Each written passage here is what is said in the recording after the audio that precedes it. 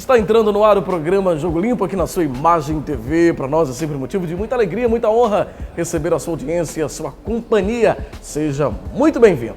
No programa de hoje nós vamos bater um papo com o economista e professor Antônio Marcos. Falar um pouquinho sobre a realidade da economia do nosso país, a saída da presidente Dilma, que acaba de ser afastada por uma decisão da Câmara e também do Senado Federal, e também quais são as perspectivas aí do governo Temer, o vice-presidente, que agora é o presidente em exercício do Brasil. Vamos conversar um pouquinho sobre essa realidade, quais são aí as expectativas para esse governo e também quais são as dicas do economista para esse momento de dificuldade, né? Afinal, estamos no meio de uma crise econômica bem complexa no nosso país. Não saia daí, o programa Jogo Limpo já está no ar. É só o tempo de rodar a vinheta.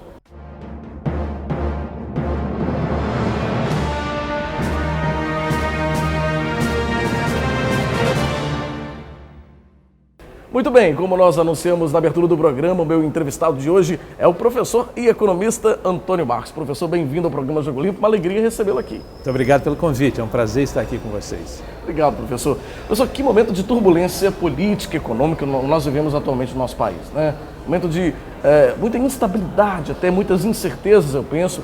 E eu acho que o assunto da vez, o assunto que a gente acaba de acompanhar aí na mídia nacional, e repercutindo em todos os aspectos, inclusive, é o afastamento da presidente Dilma aí por 180 dias, ainda dentro do processo de impeachment, né? E o vice-presidente assumindo, o Michel Temer, né? Que agora é o presidente em exercício do país. A economia ganhou um fôlego, ou começa a ganhar um fôlego com essa decisão, com essa medida? Eu creio que sim, eu tenho certeza que sim. Precisava ser feita alguma coisa. A economia estava em queda livre, como se tivesse tropeçado e caído num buraco, e cada vez ficou ficando mais fundo. Então a mudança, o afastamento da presidente e a ascensão do Temer foi muito importante. A situação é muito grave, porque, como você bem disse, nós estamos reunindo dois problemas concomitantemente, ao mesmo tempo. O problema político, que é seríssimo, e o problema econômico. Quando esses dois fenômenos acontecem juntos, isso é sinal de muita crise.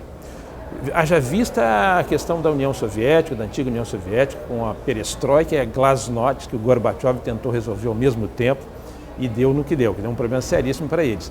Nós temos que resolver isso de forma imediata. E pelo que eu vi e ouvi até agora do presidente em exercício Temer, eu creio que nós podemos ter otimismo. Há uma luz no fim do túnel, uma janela de oportunidade pela frente.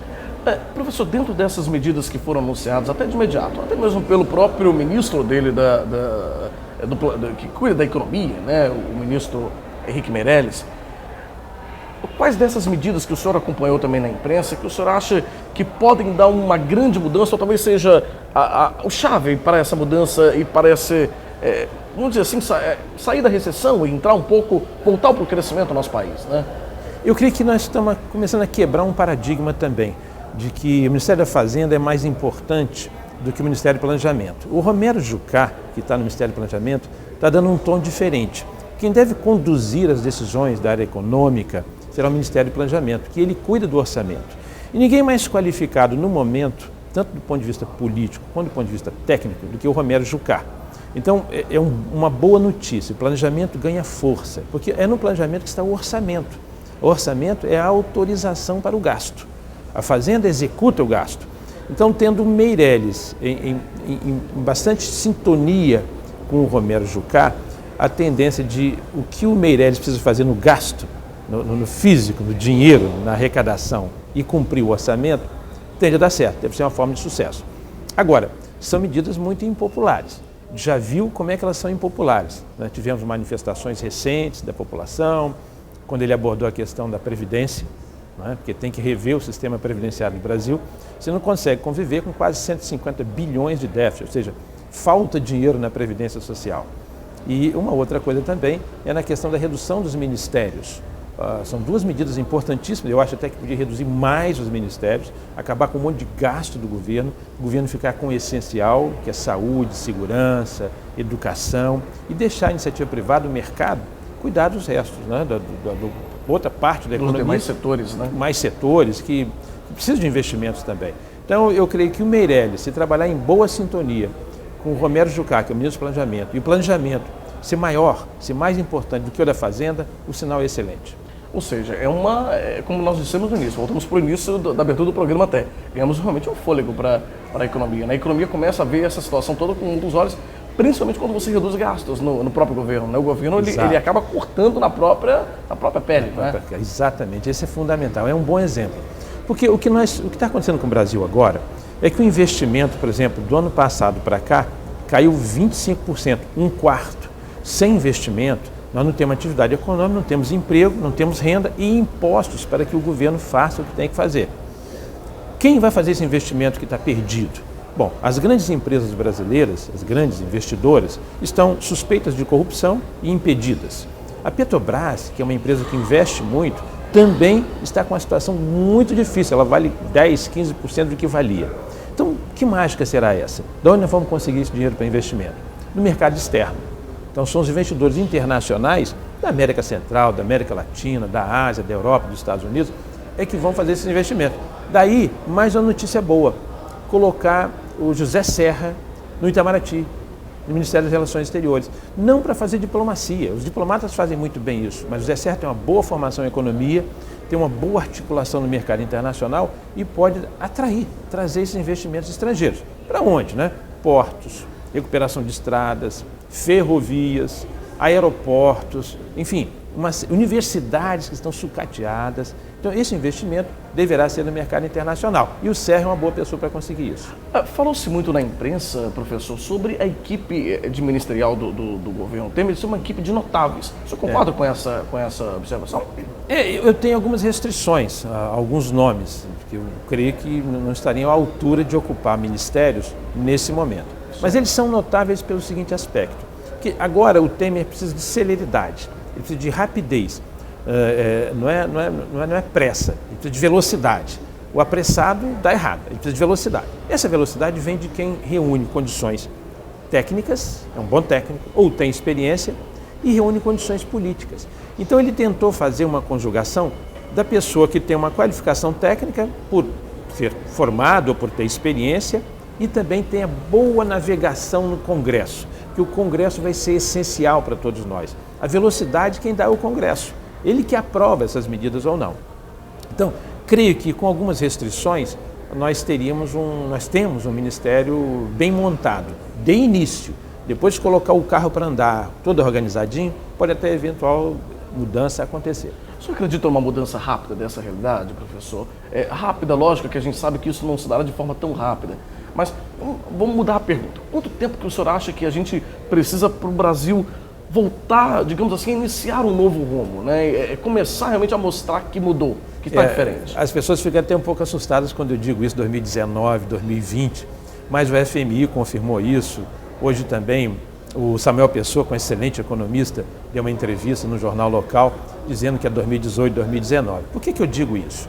Porque a primeira coisa é parar de cair. Parar de cair vai ser até final de 2016, meado de 2017. Quando nós estamos num buraco muito fundo, para chegar lá na superfície. Começar a subir é como se você está escalando o Everest. Demora, leva tempo. Você tem nevasca, você tem inclinação. Então, você vai subindo. Isso deve levar 2018, 2019. 2020, para mim, é o ano que está assim. Agora nós estamos em velocidade de cruzeiro. Nós vamos avançar.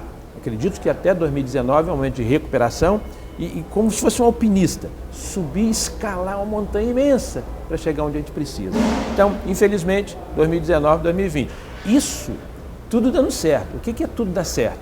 A conjugação política, o Congresso contribuir e os ministros serem competentes.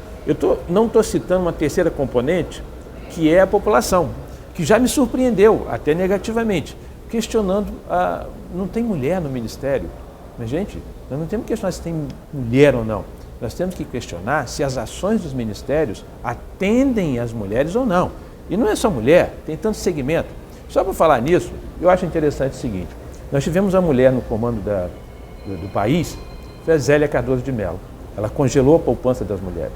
Nós tivemos a Dilma, que extinguiu a poupança.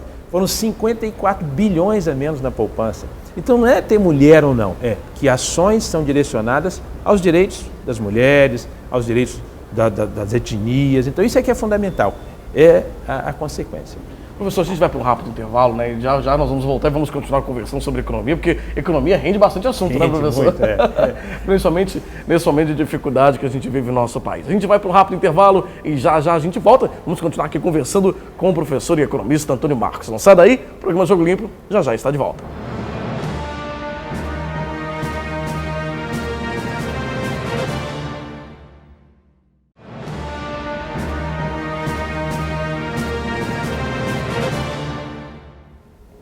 E nós estamos de volta com o programa Jogo Limpo, hoje conversando com o economista e professor Antônio Marcos. Professor, no bloco anterior a gente comentou um pouquinho sobre o governo Temer, né? Que é querendo ou não, cria uma grande experiência. A gente não está aqui falando de questões partidárias, não, de PT, PSDB, PMDB, não é essa a questão. Estamos falando de como a economia pode ganhar um fôlego com uma pessoa talvez que não tenha um desgaste, como a presidente Dilma estava tendo, tanto no Congresso Nacional, né? Na Câmara dos Deputados e no Senado. Prova disso é que perdeu nas duas casas legislativas, né? Professor, como o senhor avalia, como que se deu o governo Dilma para que chegasse ao ponto que chegou da economia? Né? Quais foram os erros desse governo? O senhor como economista, como o senhor analisa essa situação? Eu creio que o nosso principal erro, a origem disso tudo, foi na crise de 2008, 2009, quando o ex-presidente Lula, não, isso é uma marolinha e tal, nós vamos resolver, inclusive nós vamos dar exemplo para o mundo, para os outros países, como se resolve uma crise. Vamos ensinar os outros países. E adotou medidas que foram medidas de expansão do consumo, expansão do crédito, depois desonerou o IPI dos automóveis, enfim, estimulou o consumo, aumentou a demanda, aqueceu a demanda. Isso veio a provocar a perda do controle da inflação, que foi a nossa maior conquista com o Plano Real. A inflação ela tem uma condição importante, ela prejudica imensamente a classe pobre, a classe que não tem dinheiro, e às vezes ela até favorece a quem tem dinheiro. Porque quem tem muitos bens, esses bens com a inflação passam a valer mais. Se você tem dinheiro e a inflação faz os juros subirem, por exemplo, para o seu controle, você empresta para o governo, empresta para o banco, você ganha mais dinheiro ainda. Então nós tínhamos controlado a inflação. Perdemos lá no início, 2009, 2010, quando o ex-presidente Lula entendeu equivocadamente que a crise era muito fácil de ser resolvida. Em seguida, em vez de você fazer um controle maior, ou pelo menos uma avaliação do assistencialismo, o que é o assistencialismo? Você pegar o dinheiro público, o dinheiro de impostos, o dinheiro das pessoas e colocar num Bolsa Família, num ProUni, num FIES, num Pronatec, mas não é colocar o dinheiro, é avaliar qual o retorno que esse dinheiro está tendo. Porque nós temos indicadores bons, nós melhoramos a qualidade de vida das pessoas que têm um Bolsa Família, melhoramos a qualidade do ensino, a qualidade da aprendizagem com o ProUni, o Pronatec, as pessoas que fizeram o Pronatec estão colocadas no mercado hoje, conseguiram se empregar, em vez de fazer as avaliações, foram colocando mais dinheiro, aumentando o assistencialismo. E o terceiro grande erro é recente, em 2013, 2014, quando não se teve a responsabilidade de ser transparente e mostrar a gravidade da situação. Muito provavelmente, o presidente Dilma, afastado, não se reelegeria, porque a situação é muito grave, mas isso ficou mascarado. Existe um problema sério, que são os preços administrados, energia, gás, transporte público. Esses preços é o governo que libera ou não. E o governo congelou esses preços até as eleições. Então o brasileiro estava achando, não, está tudo bem, meu dinheiro está dando, está tudo certinho, não tem inflação. Isso é igual uma água represada. Quando você abre um tampão de mar, ela vai... Então foi assim, liberou os preços administrados, a inflação foi lá para cima. Os postos de gasolina começaram a aumentar os preços rapidamente, não por culpa do dono do posto, isso deu logo depois então da eleição. Né? Logo depois da eleição. Aí foi aquele choque assim, de frustração. E agora, o que nós vamos fazer? Era um marolão, não era uma marolinha, e os preços, na verdade, não são esses, os preços são outros, porque agora estão liberados. Então, essas condições eu acho que agravaram muito a situação brasileira. Isso levou à perda de credibilidade. Professor, o governo gastou mais do que deveria então nesse momento, né? Ela levou também os gastos além disso? Elevou, os gastos aumentaram, claro, pela crise, uma boa parte deles, mas muito mais por essa maquiagem, por parecer que estava tudo bem. Então foi gastando, e quando você gasta muito e você corta a receita, quer dizer, quando você tira o IPI da linha branca, geladeira, carro, o governo deixou de arrecadar. Então ele deixa de arrecadar, o que ele vai fazer? Eu vou aumentar o imposto. E aí se pensou na CPMF, se pensou em tudo. Então foi um problema sério de irresponsabilidade fiscal. Gastar demais, sem avaliar o resultado do gasto e também desonerar setores da economia, abrindo mão de receita, que não deu certo. Muita gente comprou carro em 60 meses, 70 meses, teve que devolver os carros, não está conseguindo pagar, o problema ficou maior ainda. O problema piorou, né? Nessa piorou situação, bastante. Certeza. Agora, professor, como o senhor comenta mesmo sobre essa situação do governo federal, a gente observa que realmente o governo cometeu um crime de responsabilidade. Por mais que o PT e os petistas e a própria presidente Dilma Rousseff, a presidente afastada Dilma Rousseff, comente e reforce de que sofreu um golpe, né? Mas a gente vê que talvez não tenha sido um golpe, porque realmente, de fato, o crime de responsabilidade fiscal previsto na Constituição, que justificaria talvez o impeachment, né? De fato foi cometido. O senhor mesmo acaba de explicar que houve uma irresponsabilidade com as finanças, não é isso? Exatamente. Eu queria destacar primeiro que ninguém está aqui para desconhecer o legado, né, a importância do Partido dos Trabalhadores, que é um partido muito representativo. Ele faz parte da história política brasileira pela sua luta pela democracia, contra o regime militar, mas nós estamos falando de liderança, de gestão, de responsabilidade pela coisa pública. E nesse sentido, a presidente Dilma não conseguiu realizar as metas que o brasileiro esperava. Com relação às pedaladas fiscais, a questão da razão do impeachment, o crime de responsabilidade fiscal, isso é uma questão jurídica, o Supremo Tribunal vai avaliar isso, não quero emitir juízo, mas o que eu sei e confirmo é que houve muita irresponsabilidade fiscal. Arrecadou demais e gastou mal. Então isso tem que ter uma avaliação. Além, é claro, de você não cumprir o orçamento ou não obter uma autorização, porque quem autoriza o gasto do Executivo, que é a Presidência da República, é a Câmara. Como no município, quem autoriza o gasto de um prefeito é a Câmara de Vereadores. Se não teve essa autorização e gastou, aí é crime de responsabilidade fiscal. Professor, agora uma pergunta mais pessoal mesmo, né? Vamos falar com o professor Antônio Mar, aliás, com o Antônio Marques. Certo. O senhor acredita que a presidente Dilma Rousseff retorna ao poder depois de até 180 dias de afastamento? Diante dessa realidade que nós comentamos agora um pouco? Eu não acredito, até por uma questão pessoal. Ela está muito desgastada pessoalmente, ela não inspira mais confiança, mais credibilidade, até para o bem dela. Eu acredito que ela não deveria voltar. E quem sabe mais à frente, como o Collor fez, voltou aí, é senador hoje. Mas, do ponto de vista pessoal, até como gente, como pessoa, pelo que ela está passando, eu não creio que ela deve voltar. Se ela resolver voltar, se realmente a legislação permite que ela volte, torce para ela que consiga fazer pelo país o que ela não conseguiu fazer até hoje. Certo. Professor, a gente vai para um rápido intervalo, já a gente vai continuar conversando aqui no nosso programa sobre economia, essa situação das finanças, né, do nosso país. Realmente não é um momento fácil, né? A gente precisa realmente movimentar esse processo econômico para que a crise saia, né? Show crise. A gente vai para o intervalo e já a gente volta, continua conversando com o professor economista Antônio Marques. A gente volta já.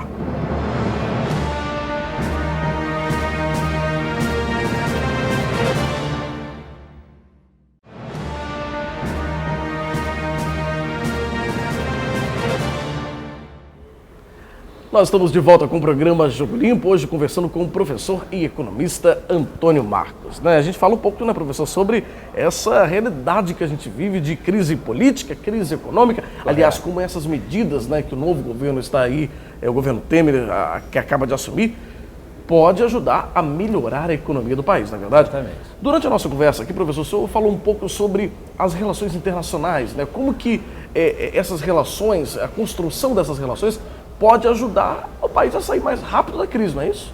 Exato. A diplomacia ela tem uma característica histórica que é buscar a paz, a pacificação, os acordos, os tratados, a proteger as minorias. Mas nesse momento, o que o Brasil precisa da diplomacia é negócios internacionais. Investidores, comércio, exportação, importação. E para isso vai ser preciso dar um cavalo de pau no transatlântico. Porque até agora o ex-presidente Lula e a presidente afastada Dilma tinham uma aproximação do mercado internacional muito questionável. Primeiro, a questão bolivariana, né? Alguns países da América Central, da América do Sul, que têm uma visão completamente diferente do que o resto do mundo tem hoje. E também uma aproximação muito forte que nós tivemos com o Oriente Médio, Ahmadinejad, todos aqueles ditadores que que foram depostos, que foram destituídos do Oriente Médio. Enfim, nós temos aqui agora procurar uma aproximação com a Ásia, rever a nossa aproximação com a China, com a Europa, com os Estados Unidos, com a América Central, com o Caribe, principalmente na questão do turismo. Houve agora uma manifestação muito séria, muito rigorosa do ministro José Serra em relação a uma crítica que estaríamos dando um golpe no Brasil. Não há golpe, absolutamente nenhum golpe sendo dado, tudo é constitucional. O vice-presidente da República assumiu em normalidade política, não tem instabilidade nas ruas também. Então a Constituição prevê isso, não é um golpe, é um afastamento da presidente para fazer uma avaliação, uma investigação. Se ela tiver razão, ela volta. Se ela não tiver razão, o presidente assume, como prevê a Constituição e como todos mais vontade. Inclusive, é bom destacar que eu ouvi a presidente Dilma, a presidente afastada Dilma, dizer que ela ganhou e os outros não ganharam. Não, o Temer ganhou tanto quanto ela. Os mesmos votos que foram direcionados à presidente afastada Dilma foram direcionados ao presidente exercício Temer. Então, ele é legitimamente o presidente exercício, porque ele recebeu tantos votos quanto ela recebeu. Professor, nesse momento de crise que a gente vive no nosso país, né, momento de crise econômica e tudo mais, a população acaba sempre a mais atingida, né? Porque é quem está na ponta, não é? Exato. Como que a população lá, quem está nos assistindo agora aí na sua televisão, pela internet, enfim, essa pessoa pode sair desse momento de dificuldade? Qual é a dica do senhor como economista, né? Até mesmo no equilíbrio financeiro, enfim. Oriente aí, vamos ajudar essas pessoas a superarem esse momento. É muito importante isso. O ex-presidente Kennedy disse, não pergunte apenas o que o país pode fazer por você, mas o que você pode fazer pelo país. E o brasileiro tem feito isso. O que é preciso fazer então? Se manter vigilante, ficar atento ao que está sendo feito, quais são os resultados obtidos. E ir para as ruas, quando for preciso, de forma pacífica. A segunda coisa é ele dar a sua contribuição. Se você é um funcionário público, por exemplo, trabalhe da melhor maneira possível e dê um crédito para quem está tentando mudar o país. Se você não é funcionário público, mas de uma empresa privada, particular, também faça a mesma coisa. Tente fazer com que a sua empresa seja ética, produza bons resultados e gere lucros. É isso que nós precisamos nesse momento. Agora, fundamentalmente, por exemplo, aquela questão da cidadania sustentável, né? O lixo, o cuidado com o descarte do lixo, para você evitar que uma prefeitura gaste muito na arrecadação do lixo. Então, são pequenos movimentos que o cidadão brasileiro tem que fazer e que pode ajudar muito para esse novo governo possa dar certo. Professor, nesse momento também muitas pessoas acabam abrindo até novos negócios, pequenos negócios para tentar mudar, às vezes, talvez uma atividade paralela que ele já tem. Isso também é uma boa saída? É uma boa saída. O desemprego está muito alto, mais de 10%. Tem pessoas que não estão conseguindo comprar os seus alimentos. Então, ela tem que ter a criatividade de tentar inaugurar um... E aí você tem várias funções que também tem que desmistificar. Eu vou ser engenheiro, vou ser médico, vou ser economista. Não, você pode ser fotógrafo, você pode ser jornalista, você pode ser escritor de livro. Nós temos que abrir novas frentes de trabalho. Temos que as pessoas têm que entender que tem várias janelas de oportunidade e investir nelas. Porque nos apps, na internet, é buscar isso. Você tem condição de resolver a questão do desemprego.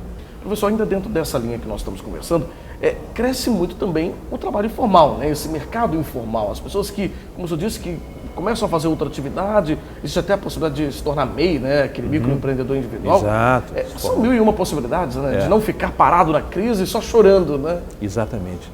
Porque a gente tem que começar a distinguir a esperança e o otimismo. A esperança é uma coisa abstrata, é um sonho. O otimismo é uma atitude.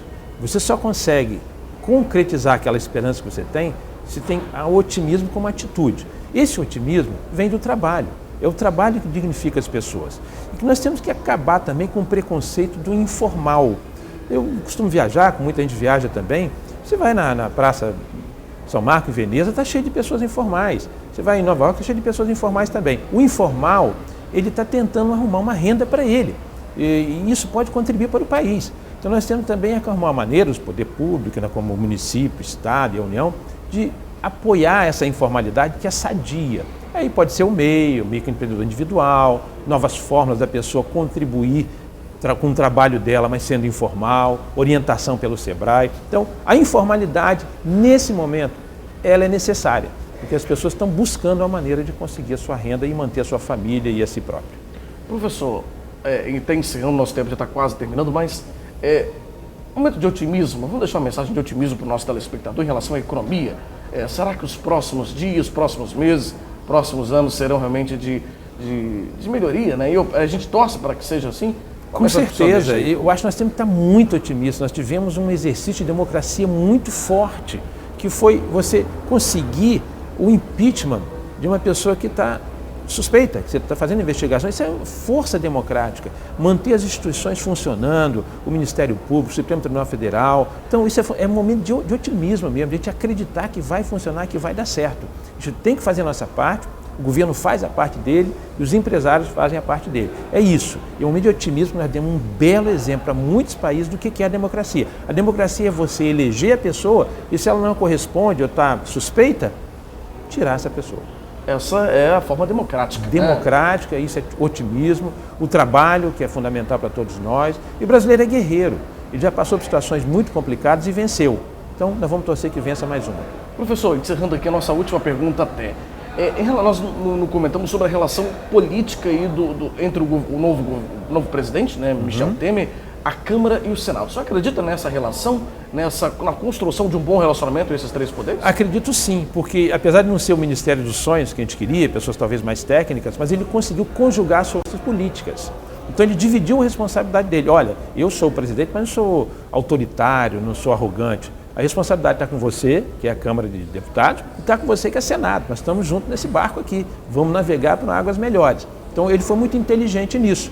Poderia ter um ministério um pouco melhor em alguma pasta ou outra, mas ele conjugou as forças políticas. Nesse momento, sem força política, você não consegue resolver nada. Tá certo. Professor, quero te agradecer muito por essa entrevista, por ter aceito o nosso convite, vir aqui falar um pouquinho sobre a economia, né, e essa realidade que a gente está vivendo no nosso país, que não é uma realidade fácil, nós sabemos. Exato. Mas que a gente torce, né, realmente, de verdade, para que essa realidade mude, né? E que, quem sabe, com otimismo, com esse entusiasmo mesmo do novo governo, né? Esse governo que assume do governo Michel Temer, a gente possa mudar essa realidade. Muito obrigado mesmo pela sua presença e sua participação. Muito obrigado, eu que agradeço pelo convite, é um prazer sempre. Grande abraço, professor. Obrigado a você.